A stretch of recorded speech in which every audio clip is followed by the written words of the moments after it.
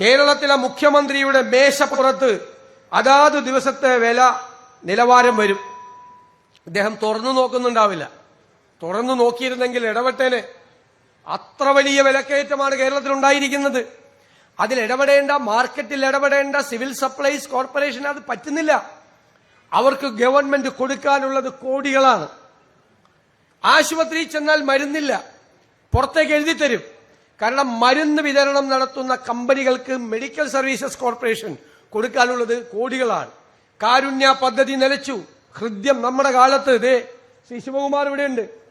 ഹൃദ്യം പദ്ധതി, കാരുണ്യ ബെനവലന്റ് പദ്ധതി, മിഠായി, എത്ര പദ്ധതികളാണ്. ആരോഗ്യ കിരണം, ആശ്വാസ കിരണം പദ്ധതി തുടങ്ങി പാവങ്ങളെയും സാധാരണക്കാരെയും സഹായിക്കാൻ ഉതകുന്ന നിരവധി പദ്ധതികൾ നമ്മുടെ കാലത്ത് ആരംഭിച്ച് എല്ലാം വഴി കിടക്കുകയാണ്. എല്ലാം, ഏകദേശം എല്ലാം കുടിശ്ശികയോട് കുടിശ്ശികയാണ്.